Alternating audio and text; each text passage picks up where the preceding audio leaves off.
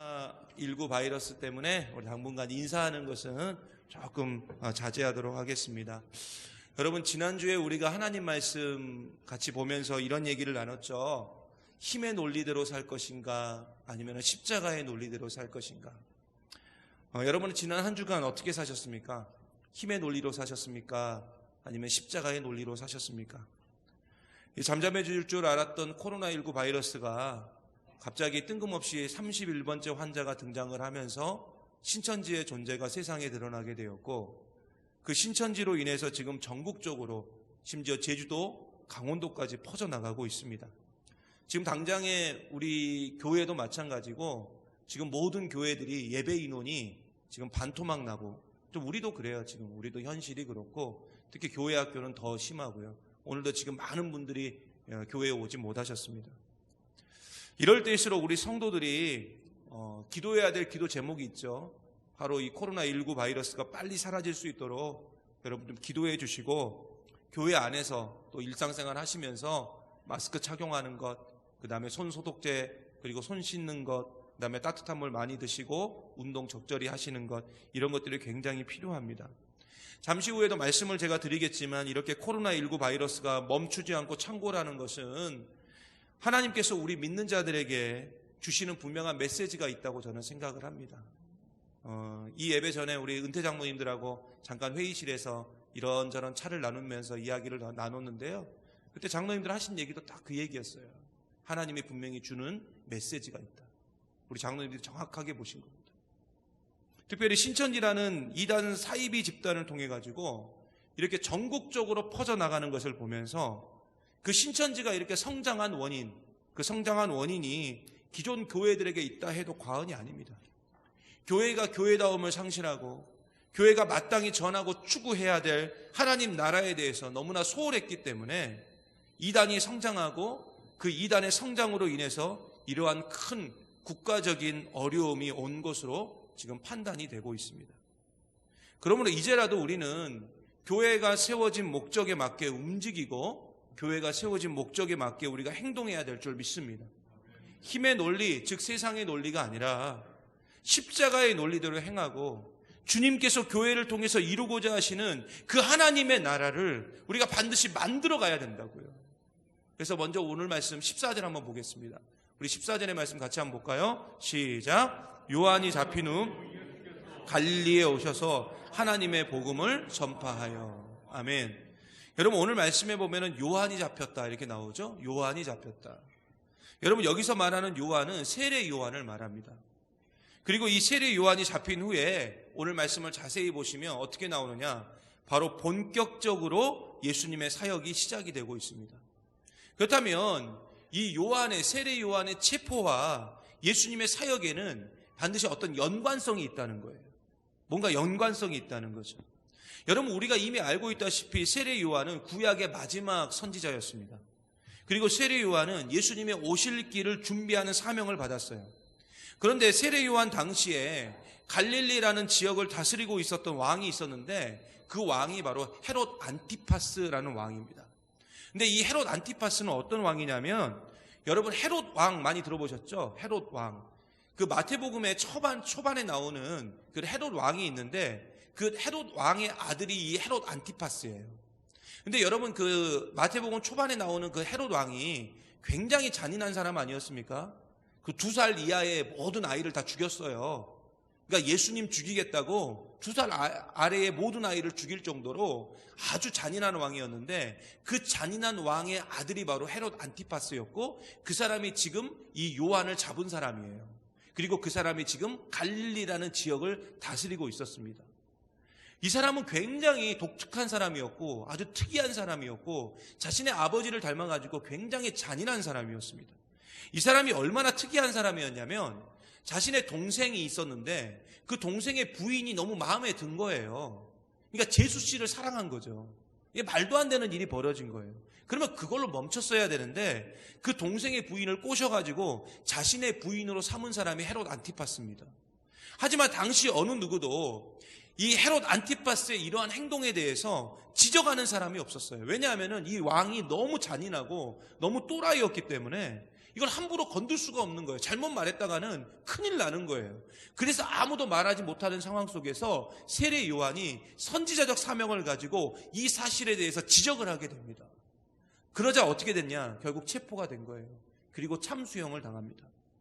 우리가 이 사건을 보면서 분명히 한 가지 알 수 있는 중요한 교훈이 있는데, 하나님께서 맡겨주신 사역이라고 해가지고 항상 좋은 일만 있는 것은 아니라는 것입니다. 우리가 하나님께서 맡겨주신 사역을 감당할 때 때로는 비난받을 수 있어요. 때로는 공격당할 수 있습니다. 때로는 병에 걸릴 수도 있어요. 때로는 사고를 당할 수도 있습니다. 하지만 그것이 내게 주어진 사명의 길이라면 그 길을 가야 된다는 것입니다. 그게 지금 오늘 이 짧은 말씀 속에서 우리에게 주고 있는 교훈이라는 거죠. 그래서 예수님도 세례 요한에 이어서 이 시퍼런 죽음의 칼날이 살아있는 갈릴리라는 지역에서 본격적으로 사역을 시작하신 것입니다. 사실 예수님이 갈릴리에서 사역 시작 안 해도 돼요. 그런데 예수님이 갈릴리에 오신 것은 그 땅이 절망의 땅이었기 때문에, 그 땅에 소망이 필요했기 때문에, 그 땅 가운데 하나님의 나라, 하나님의 복음이 필요했기 때문에 예수님이 죽음이 있는 줄 알면서도, 위협이 있는 줄 알면서도 갈릴리라는 지역으로 가신 겁니다. 그래서 오늘 말씀에 갈릴리에 오셔서라는 이야기가 나오는 것입니다. 근데 여러분 한번 생각해 보세요. 오늘 말씀해 보면은 그냥 복음이면 복음이지 왜 하나님의 복음을 전파하여 이렇게 나왔을까요? 그죠? 그냥 복음이라는 단어 쓰면 우리가 다 아는데 굳이 하나님의 복음 이렇게 말하고 있어요. 여러분, 복음이라는 단어가 지금에는 기독교를 상징하는 용어가 됐죠. 이건 뭐 다른 데서 쓰지 않아요. 예를 들어 불교에서 복음이라는 단어를 쓰고 그러지는 않습니다. 이건 기독교에서만 쓰는 아주 독특한 단어이죠. 그런데 예수님 당시에 복음이라는 단어는 누가 썼느냐? 로마 황제가 사용하는 단어였습니다. 로마 황제가. 그러니까 예수님 당시에 복음이라는 단어는 지극히 세상적인 단어였어요. 여러분, 로마 황제가 사용했던 복음이라는 것은 어떤 의미를 갖고 있었냐면 평화와 승리를 상징하는 용어였습니다. 평화와 승리. 근데 여러분 잘 생각해 보세요. 이 평화와 승리는 로마 황제 그리고 로마 제국 입장에서 평화와 승리이지 실상 로마의 식민지 입장에서는 평화와 승리가 아니에요. 그렇잖아요. 그래서 이 로마 황제가 말하는 복음이라는 단어는 뭐냐면 완전히 로마 황제 중심적인, 로마 중심적인 복음, 더 정확히 말하면 세상적인 복음이었다고요. 지난주 설교를 기준으로 하면은 힘의 논리, 세상의 논리를 전하는 복음이 바로 그 당시 예수님 당시에 사용했던 복음이라는 단어였습니다. 그래서 예수님은 이때 이렇게 말하는 거예요. 나는 세상의 복음을 전하지 않고 하나님의 복음을 전하겠다. 나는 그 하나님의 복음을 전하겠다 하시면서 하나님의 복음을 전파하여라는 단어로 오늘 이야기하고 있는 것입니다. 그런데 이 하나님의 복음이라는 건 뭐냐? 더 정확히 말하면 하나님 나라의 복음이에요. 하나님 나라의 복음. 로마의 복음은 로마만을 위한 복음이었다면 하나님 나라의 복음은 모든 만민을 위한 복음, 절망 가운데 소망 없이 살아가는 모든 사람들을 위한 복음이었다고요. 결국 우리와 같은 사람들을 향한 복음이 뭐였냐? 그게 바로 하나님의 복음, 하나님 나라의 복음이었다는 것입니다. 예수님은 이렇게 하나님의 복음을 전파하셨어요. 근데 여기서 여러분 전파하여라는 말이 나오죠. 근데 이 전파하여라는 것은 단순히 하나님 나라를 전했다는 게 아니에요. 이건 무슨 말이냐? 예수님께서 하나님 나라에 대해서 가르치고 설교했다는 것입니다. 여러분, 우리가 복음서를 보면은 정확히 알 수 있듯이 예수님이 사람들에게 가르치고 설교했던 내용들을 보면은 전부 하나님 나라에 대해서만 이야기하고 있어요. 하나님 나라. 그래서 어느 목사님의 설교를 들으니까 그 목사님이 이런 말씀을 하시더라고요. 모든 설교의 내용에는 반드시 하나님 나라가 들어가야 되고 그 중심 주제가 하나님 나라가 돼야 된다. 하나님 나라가 빠진 설교는 옳은 설교가 아니다. 맞습니다. 옳은 설교 아니에요. 하나님 나라가 빠진 설교는 옳은 설교가 아니라고. 왜요? 예수님께서 설교의 본이 되시고 모범이 되시는 예수님께서 하나님 나라를 이야기하셨기 때문에. 여러분, 목사는요 세상의 지식을 전하는 사람이 아닙니다. 저는 신학을 공부한 사람이에요. 왜 제가 신학을 공부했겠습니까? 왜 목회학을 공부했겠습니까? 이유는 하나예요. 하나님 나라 전하기 위해서. 여러분, 목사는 세상의 지식을 전하는 사람이 아니에요. 제가 여기서 인문학을 말하고 여기서 과학적인 지식을 말해봤자 그건 너무나도 작은 지식이에요. 여러분, 근데 이것은 목사뿐만 아니라 성도들도 마찬가지예요. 우리는 하나님 나라 시민이에요. 동시에 하나님 나라를 전하는 사람인 줄 믿습니다. 그래서 우리는 하나님 나라를 추구하고 하나님 나라만을 말해야 돼요. 근데 어느 순간부터 교회가 하나님 나라를 말하기보다 세상의 나라를 말하고 세상을 추구하고 세상과 똑같은 논리로 교회에서 접목하고 있다는 것입니다. 여러분, 교회는 하나님 나라입니다. 이건 우리가 작년 내내 고린도전서 강해를 통해서 수없이 들었던 이야기예요. 여러분, 교회는 세상이 아닙니다. 교회가 세상처럼 되어야 사람들이 올 수 있다고 생각하는데, 여러분, 사람들이 교회에 오는 것은 세상의 지식을 듣고자 교회에 오는 게 아닙니다. 세상의 지식은 세상에서 들어야죠. 이 교회는 어떤 곳이냐? 세상에서는 보지도 못하고 듣지도 못하고 만지지도 못하고 경험하지도 못하는 그 하나님 나라 듣기 위해서 우리가 온 줄 믿습니다. 그래서 우리는 힘의 논리인 세상의 논리 버리고 우리는 십자가의 논리로 살아야 돼요. 근데 그 십자가의 논리가 뭐냐? 결국 하나님 나라에 대해서 이야기하는 것입니다. 하나님 나라 법칙에 대해서 이야기하는 것이 뭐냐면 그게 십자가의 논리예요. 여러분, 이제 우리 그만 세상의 논리 말합시다. 이제 그만 말하고 이제는 하나님 나라의 논리대로 우리가 접근하고 행동하고 우리가 좀 전파하는 그러한 삶이 우리 가운데 있어야 된다고요. 그렇기 때문에 하나님 나라는 무엇입니까? 물론 여러 가지로 설명할 수 있지만 예수님이 말씀하고 계시는 하나님의 나라는 딱 세 가지로 설명이 돼요. 사랑, 용서, 섬김입니다. 예수님은 이 사랑과 용서와 섬김이 우리 가운데 있을 때 결국 우리 가운데 하나님 나라가 임할 수 있다라고 말씀하셨어요. 그러므로 우리는 스스로 판단해 봐야 돼요. 지금 우리 교회 안에는, 그리고 내 인생 가운데, 우리 가정 가운데 정말 사랑이 있는지, 용서가 있는지, 섬김이 있는지 한번 스스로 살펴보셔야 된다고요. 여러분, 이어서 15절 말씀 한번 보겠습니다. 15절입니다. 같이 봅니다. 시작. 이르시되 때가 찼고 하나님의 나라가 가까이 왔으니 회개하고 복음을 믿으라 하시더라. 아멘. 여러분, 여기서 보세요. 이르시되 뭐가 찼어요? 때가 찼어요. 때가.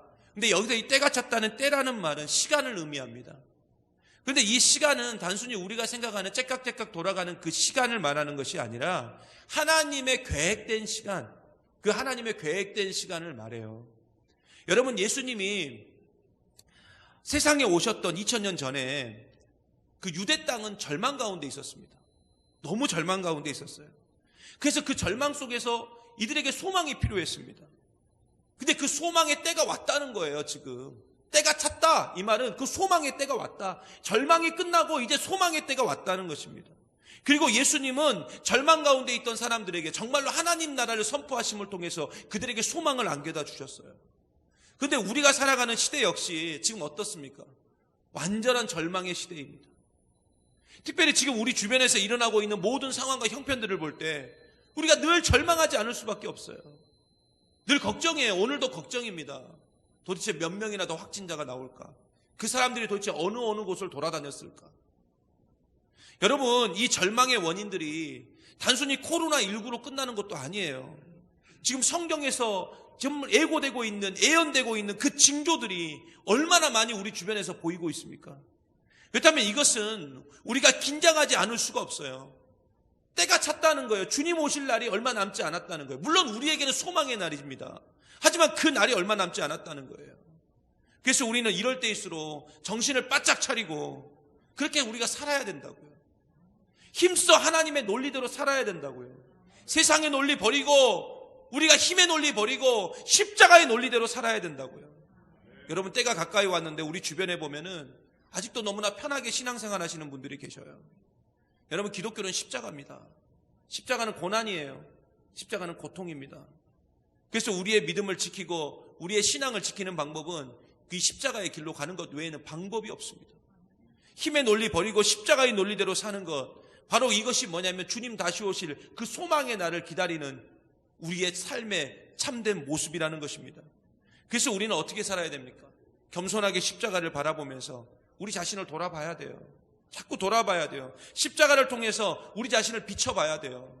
그러면 우리는 남는 게 뭐밖에 없는 줄 아세요? 죄밖에 없어요.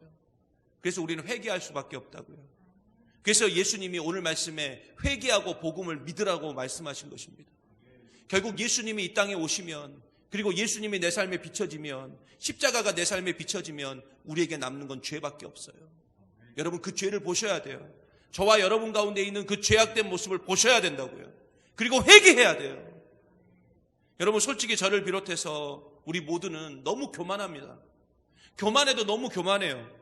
그래서 우리는 함께 십자가를 봐야 됩니다. 십자가 붙들어야 돼요. 그 십자가가 너무나도 거칠고 험하더라도, 그 십자가 때문에 때로는 내가 수치를 당하고 어려움을 당하더라도 우리는 끝까지 이 험한 십자가 붙들고 그 십자가에 나를 자꾸만 비춰봐야 된다고요. 바로 그때 우리가 알게 되는 거예요. 아, 내가 이렇게 구린내 나는 인생이었구나. 그리고 내가 얼마나 교만 덩어리인지, 죄악 덩어리인지 다 발견할 수 있다는 것입니다. 여러분, 교회가 왜 타락해져 갔는가? 이유는 하나입니다. 교회 안에 회개가 없으니까요. 회개가 없으니까 타락한 거예요. 그렇다면 그 교회는 누구입니까? 바로 내 자신입니다. 근데 내가 회개하지 않고 여러분 잘난 척하면서 나는 깨끗한 사람이고 나는 거룩한 사람인 것처럼 살고 있으니까 교회가 타락하고 세상으로부터 조롱받는 것입니다. 여러분, 오늘 생명의 삶 본문 9절 아침에 큐티하신 분들은 보셨겠지만 사도 베드로가 예수님 앞에서 큰 소리로 외칩니다. 나는 목숨 걸고 주님 끝까지 따라갈 수 있다. 교만한 거죠. 인간은 그런 존재가 아닙니다. 우리가 아무리 그렇게 말한다 해도 우리는 그렇게 따라갈 수가 없어요. 그때 예수님이 말씀하시죠. 네가 오늘 닭이 울기 전에 3번 나를 부인할 것이다. 여러분, 주님 다시 오실 날은 얼마 남지 않았어요. 물론 그날이 언제인지는 정확히 알지 못합니다. 하지만 중요한 건 때가 찼다는 것입니다. 이제 우리가 할 일은 뭐냐? 회개하는 것입니다. 내 모습을 보는 거예요. 베드로처럼 교만하게 가는 것이 아니라 내 모습을 보는 거예요. 베드로가 위대했던 것은 그 닭 울음소리 앞에서 자신의 모습을 봤다는 것입니다. 내가 얼마나 더러운 인간인지, 내가 얼마나 교만한 인간인지, 내가 얼마나 부족한 인간인지 그 닭 울음소리를 통해서 봤다는 거예요. 그리고 그는 회개했고 그는 위대한 사도가 되었습니다. 결국 우리가 할 일은 회개입니다. 하나님 나라의 복음을 믿고 나아가는 것입니다. 하나님 나라의 복음을 믿는다는 것은 뭐냐? 십자가의 논리대로 사는 것입니다. 십자가의 나를 항상 비춰보고 사랑과 용서와 겸손의 섬김으로 나아가는 것, 이것이 바로 마지막 때를 살아가는 성도의 모습이며 예수님이 힘써 외친 회개의 복음인 줄 믿습니다. 이어서 오늘 말씀 17절 다 같이 한번 읽어보겠습니다. 17절입니다. 같이 봅니다. 시작. 예수께서 이르시되 나를 따라오라. 내가 너희로 사람을 낚는 어부가 되게 하리라 하시니. 아멘. 여러분, 하나님의 복음과 회개의 복음을 전하신 예수님은 제자를 부르십니다. 성경을 보면 항상 알 수 있는 사실인데 하나님은 항상 하나님의 일을 할 때 사람을 통해서 일을 하신다는 것입니다. 여러분, 오늘 말씀에 예수님이 자신의 제자들을 부르시는 장면이 나오죠. 결국 하나님은요, 예수님의 제자들을 통해서 뭔 일을 하고자 하셨는데 그 일이 뭐였냐? 바로 교회를 세우는 것이었습니다. 그럼 교회를 왜 세우려고 하셨느냐? 바로 복음을 전하기 위해서입니다. 그래서 복음 전파 이후에 바로 제자들을 부르시는 장면이 나오는 거예요. 그러므로 교회의 주된 목적은 뭔 줄 아십니까? 복음을 전하는 것입니다. 그게 교회의 목적이에요. 세상의 논리로 가득한 곳에 사랑과 용서와 섬김이라는 그 십자가의 논리, 그 하나님 나라의 복음을 전하는 것, 그래서 하나님 나라 만드는 것, 그게 바로 교회가 세워진 목적이에요. 그래서 예수님은 예수님의 제자들을 부르시면서 그들에게 이렇게 말씀하시는 겁니다. 너희를 사람을 낚는 어부가 되게 하겠다. 사람을 낚는 어부가 되게 하겠다. 근데 이것은 예수님의 12제자에게만 해당되는 이야기가 아니라 바로 지금 하나님 나라인 교회를 구성하고 있는 우리에게도 똑같이 해당되는 이야기라는 것입니다. 결국 우리 역시 어떤 존재냐? 사람을 낚는 어부예요. 우리가 누구라고요? 사람을 낚는 어부라고요. 그렇다면 사람을 낚는 어부라는 말은 정확히 우리에게 어떤 의미를 던져주고 있을까요? 3가지의 의미가 있어요. 첫 번째는 뭐냐? 여러분, 어부라는 단어에 좀 집중하고 가야 돼요. 어부. 지금 예수님에게 제자로 부름받은 4명의 인물이 있습니다. 시몬, 안드레, 야고보, 요한. 이 사람들의 직업이 뭐냐면은 어부예요. 여러분, 어부는 뭐 하는 사람이죠? 물고기를 낚는 사람이에요. 물고기 잡는 사람이에요. 그런데 예수님은 이들에게 뭐라고 말했냐면 이제 사람을 낚는 어부가 되게 하겠다 이렇게 말씀하셨어요. 그냥 이렇게 말씀하시면 돼요. 이제 앞으로 너희는 물고기 잡는 어부가 아니라 복음 전하는 자가 됐다. 하나님 나라 전하는 자가 됐다. 교회 세우는 자가 됐다. 이렇게 말씀하시면 되거든요. 근데 굳이 그렇게 말씀하지 않으시고 사람을 낚는 어부 이렇게 말씀하셨어요. 그러면 이게 무슨 말이냐면은 그들의 직업이 변함이 없었다는 거예요. 예전에는 물고기 낚는 어부, 지금은 사람을 낚는 어부. 더 쉽게 말하면 계속 어부라는 직업을 갖고 있는데 물고기도 낚으면서 이제는 사람도 낚는다는 겁니다. 그래서 목적만 바뀌었을 뿐이지 그들은 그대로 어부라는 거예요. 어부. 여기에 바로 우리에게 주는 교훈이 있는데, 우리가 예수님의 제자로 부름을 받은 곳은 다른 곳이 아니라, 어떤 특별한 새로운 곳이 아니라 바로 내가 살아가는 삶의 현장이라는 거예요. 직장인은 내가 속한 직장에서 하나님의 부름을 받은 것이고, 학생은 내가 공부하는 그 학교라는 현장에서 부름을 받은 것이고, 가정주부는 가정이라는 현장에서 부름을 받았다는 거예요. 이 말은 갑자기 학생이 공부를 때려치고 나는 선교사의 길을 가겠다, 그렇게 하지 말라는 것입니다. 많은 사람들이 오늘 말씀을 잘못 이해해가지고 하나님의 부르심을 그냥 모든 것 때려치고 새로운 것으로 하는 것, 이렇게 생각하는데, 여러분 아닙니다. 이거 말을, 이 하나님의 말씀을 오해해서 그렇게 이상하게 해석을 하는 거예요. 분명히 예수님은 사람을 낚는 어부가 되라고 하셨다고요. 내게 주어진 삶의 현장에서 하나님 일꾼 되라고 말씀하셨다고요. 가끔씩 청년들 중에 잘 다니는 직장, 잘 다니는 학교 때려치우고 목회자 되겠다고 하는 친구들도 있어요. 물론 정말 하나님의 부르심을 받은 친구들도 있습니다. 누가 봐도 이 사람 목회해야 돼요. 누가 봐도 이 사람 목회해야 된다고요. 그런데 분명히 하면 안 되는 분들도 있어요. 분명히 하면 안 되는 친구들도 있다고요. 근데 이런 친구들이 갑자기 막 음성 들었네, 확신을 받았네, 뭐 확신이 왔네, 주님이 꿈속에 나타나셨네, 막 이렇게 하면서 그냥 함부로 덤벼들다가 지금 뭐 목회 아예 못하는 친구들도 있고요. 목회를 하긴 하는데 오히려 목회에 방해가 되는 친구들도 있어요. 진짜 중요한 사실은 뭐냐면, 내가 부름받은 그 현장에서 우리 하나님은 우리가 하나님의 일꾼 되시기를 강력하게 원하고 계신다는 것입니다. 지금 내게 맡겨주신 그 삶의 현장이 선교지예요. 내게 맡겨주신 그 삶의 현장이 영적 전쟁터라고요. 그리고 하나님은 우리를 다 사람 낚는 어부로 불러주셨어요. 그렇다면 이렇게 사람을 낚는 어부로 부름받은 자에게 어떤 일이 일어나느냐? 여러분 18절 말씀 한번 다 같이 보겠습니다. 18절 말씀 크게 한번 볼까요? 시작. 곧 그물을 버려두고 따르니라. 아멘. 여러분, 이것이 바로 사람을 낚는 어부가 주는 두 번째 교훈입니다. 바로 부름을 받은 자는 버려야 돼요. 버려야 된다고요. 부름을 받은 자는 여러분 십자가의 논리로 사는 자입니다. 그래서 우리는 부름을 받았다면 힘의 논리, 세상의 논리, 세상의 법칙 과감히 다 버려야 돼요. 절대로 두 개 다 움켜쥐고 살 수 없다고요. 그래서 예수님도 둘 중에 하나만 선택하라고 했잖아요. 좁은 길을 갈 거냐, 넓은 길을 갈 거냐, 하나님을 선택할 거냐, 돈을 선택할 것이냐, 분명히 말씀하셨잖아요. 물론 우리가 생각하기에 좋은 것이 굉장히 많아요. 그래서 그 좋은 거 놓치지 않고 싶어 합니다. 다 붙들고 있고 싶어 해요. 하지만 좋은 것보다 여러분 최고의 것이 있다면 좋은 것은 놔야 돼요. 인생은 포기의 싸움 아닙니까? 인생은 포기의 싸움이에요. 세상의 것을 계속 포기하면서 사는 것, 그게 믿음의 삶이고 신앙의 삶이라고요. 그리고 이렇게 살아갈 때 우리는 하나님 나라를 경험할 수 있는 줄 믿습니다. 하나님 나라는 최고의 가치예요. 그래서 천국을 설명할 때 예수님께서 분명히 말씀하셨잖아요. 감추인 보화의 비밀을 통해서 우리에게 분명히 얘기하셨잖아요. 천국을 소유하기 위해서 모든 것을, 자신의 모든 것을 다 팔아 제꼈던 그 농부처럼, 그 소당농처럼 우리도 최고의 것이 있다면 자신의 그 하찮은 것들을, 사소한 이익은 충분히 내려놓을 줄 알아야 된다는 것입니다. 예수님이라는 최고의 가치를 발견한 제자들은 자신들의 삶의 전부였던, 그들이 그물을 깃고 있었잖아요. 그물을. 왜? 그게 없으면 안 되니까. 자신들에게 지금 너무 좋은 것이니까. 근데 최고의 가치이신 예수님을 만나니까 그들이 열심히 깃고 있었던 그 그물을 버리고 예수님을 따라갔던 것입니다.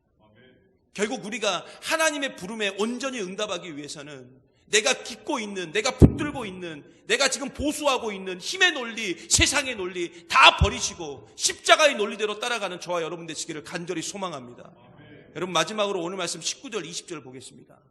19절과 20절 같이 봅니다. 시작. 조금 더 가시다가 세베대의 아들 야고보와 그 형제 요한을 보시니 그들도 배에 있어 그물을 깁는데 곧 부르시니 그 아버지 세베대를 품꾼들과 함께 배에 버려두고 예수를 따라가니라. 아멘.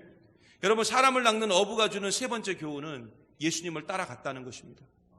여러분, 사람을 낚는 어부로 부름받은 우리는 예수님을 따라가야 돼요. 근데 예수님을 따라간다는 것은 뭘 의미하느냐? 예수님께 순종하고 예수님께 헌신한다는 것입니다. 근데 이 순종과 헌신의 근거가 있어야 될 거 아닙니까? 그렇잖아요. 무작정 순종하고 무작정 헌신할 수는 없잖아요. 그건 뭐냐? 바로 예수님이 우리의 구원을 이루기 위해서 하나님이라는 자리를 버리고 인간으로, 사람으로 이 땅에 오셨다는 것입니다. 그리고 하나님은 하나뿐인 아들 예수 그리스도를 그 목숨을 담보로 해서 자신의 사랑을 확증해 주셨다는 것입니다. 그만큼 하나님은 우리를 사랑하고 또 사랑하세요. 여러분, 누가복음 15장의 탕자가 자신의 아버지 집에 당당하게 다시 돌아갈 수 있었던 이유가 뭡니까? 아버지가 나를 사랑한다는 그 사실을 알고 있었기 때문입니다. 그러므로 우리가 예수님께 순종할 수 있는 근거, 헌신할 수 있는 근거는 어디에 있느냐? 바로 예수님이, 하나님이 우리를 그만큼 엄청나게 사랑하기 때문에 우리가 순종할 수 있고 헌신할 수 있는 것입니다. 여러분, 예수님은 신실하십니다. 신실하다는 것은 뭐냐? 변함이 없다는 것입니다. 그래서 예수님은 끝까지 우리를 책임져 주십니다.